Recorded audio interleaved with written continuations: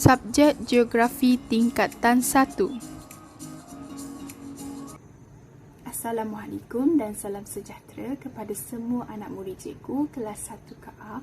Cikgu doakan semuanya sihat dan sentiasa bersemangat untuk belajar bukan sahaja pada hari ini tapi hari-hari seterusnya. Jadi minggu ini kita akan teruskan pembelajaran kita pada bahagian yang sama iaitu bahagian C, Geografi Manusia, di mana bahagian ini menerangkan topik berkaitan penduduk dan pentempatan. Jadi, minggu lepas, cikgu dah sentuh topik mengenai penduduk di Malaysia. Murid-murid masih ingat apa yang kita belajar dalam topik ini minggu lepas? Jangan risau, cikgu akan bantu murid-murid untuk ingat kembali. Jom, sesi imbas kembali. Dalam topik penduduk di Malaysia, sudah cikgu jelaskan secara terperinci tentang 3 contoh taburan penduduk yang ada di Malaysia, iaitu kawasan berpenduduk padat, sederhana dan jarang. Di samping itu, kita juga membincangkan faktor-faktor yang mempengaruhi taburan penduduk di Malaysia seperti faktor fizikal, ekonomi, sosial dan dasar kerajaan atau governance. Jadi, minggu ini kita akan teruskan pembelajaran kita dengan topik yang baru iaitu bab 9 pertempatan di Malaysia.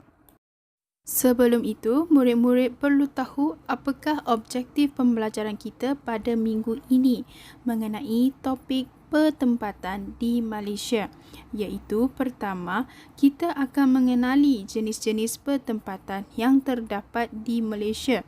Yang kedua, kita akan mempelajari perbezaan ciri pertempatan antara bandar dan luar bandar. Yang ketiga, mengenali 4 pola pertempatan di Malaysia. Jadi, ada 3 kesemuanya objektif pembelajaran kita pada minggu ini. Sebelum itu, kita ketahui terlebih dahulu apa itu maksud pertempatan. Pertempatan merujuk kepada suatu kawasan atau tempat manusia tinggal dan berinteraksi, di mana sebuah pertempatan boleh terdiri daripada sebuah bangunan atau beberapa buah bangunan. Di sini, manusia menjalankan pelbagai aktiviti bagi memenuhi keperluan hidup mereka. Jom kita kenali jenis pertempatan di Malaysia. Pertempatan di Malaysia terbahagi kepada 2, iaitu pertempatan bandar dan pertempatan luar bandar. Seterusnya, kita ketahui satu persatu ciri-ciri pertempatan di kawasan bandar dan luar bandar. Terdapat 5 ciri utama yang perlu murid ingat, iaitu pertama, kepadatan penduduk, kedua, jumlah penduduk, ketiga, ciri kawasan kediaman, keempat, kemudahan asas, kelima, kegiatan ekonomi. Mari kita lihat ciri pertempatan di kawasan bandar terlebih dahulu. Pertempatan bandar merujuk kepada kawasan pertempatan yang mempunyai jumlah kepadatan penduduk yang tinggi, di mana jumlah penduduk adalah melebihi 10,000 orang. Manakala bagi ciri kawasan kediaman pula adalah bercirikan moden. Kita lihat ciri yang keempat iaitu kemudahan asas, di mana terdapat kemudahan asas yang pelbagai di bandar. Misalnya, sistem perhubungan dan jaringan pengangkutan yang baik serta sektor perkhidmatan dan peluang pendidikan yang tersedia.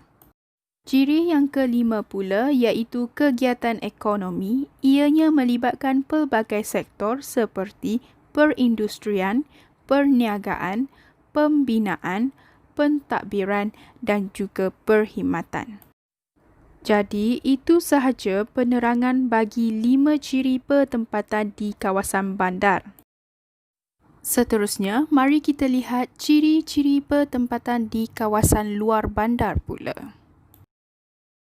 Pertempatan luar bandar merujuk kepada kawasan pertempatan yang mempunyai kepadatan penduduk yang rendah, di mana jumlah penduduk adalah kurang daripada 10,000 orang.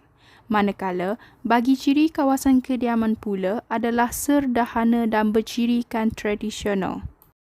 Seterusnya, ciri yang keempat pula berkaitan dengan kemudahan asas di mana kemudahan asas yang terdapat di kawasan luar bandar adalah minimum dan terhad.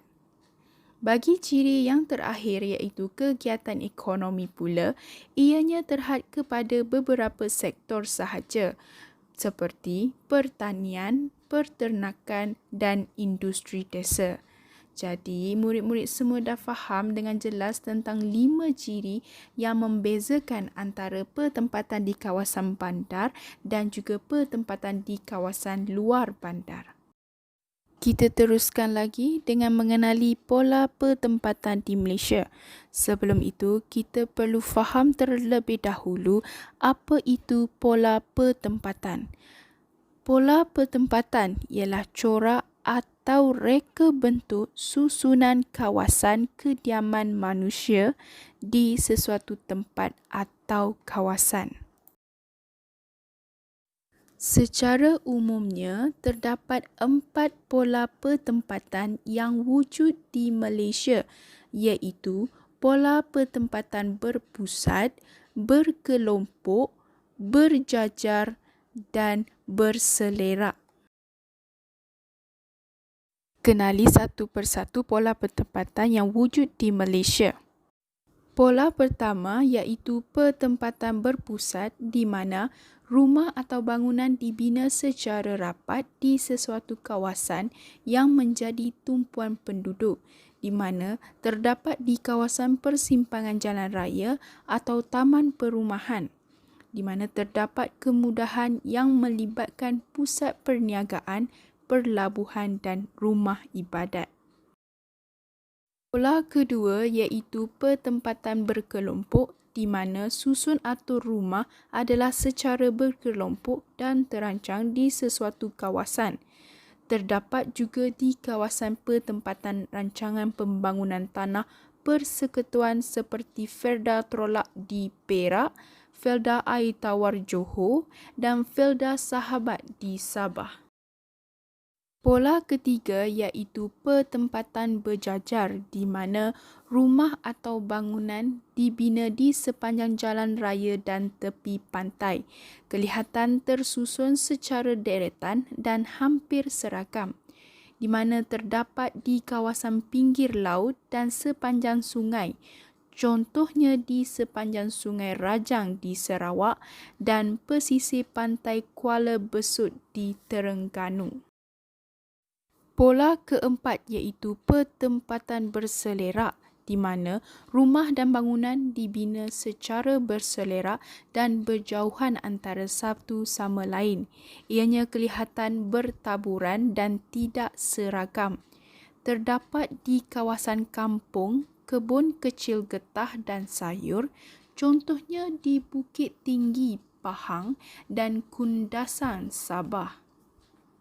Kesimpulannya, pembelajaran minggu ini adalah mengenai pertempatan di Malaysia, di mana murid semua dah belajar secara terperinci dan cikgu pasti semua dah jelas tentang jenis dan pola pertempatan di Malaysia serta perbezaan ciri pertempatan di kawasan bandar dan luar bandar. Seperti biasa, kita ada tugas menarik minggu ini iaitu mini projek membina model pola pertempatan. Semua murid ditugaskan untuk menyelesaikan mini projek ini. Jadi, murid perlu ikut arahan yang cikgu sertakan di bawah, iaitu pertama, murid perlu mencadangkan dan melakar idea pertempatan lestari yang hendak dibina pada masa hadapan di kawasan persekitaran masing-masing. Sila rujuk template yang guru berikan.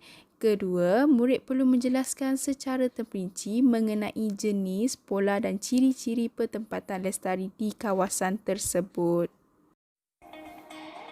Setakat ini sahaja pembelajaran kita pada hari ini. Sekian, terima kasih.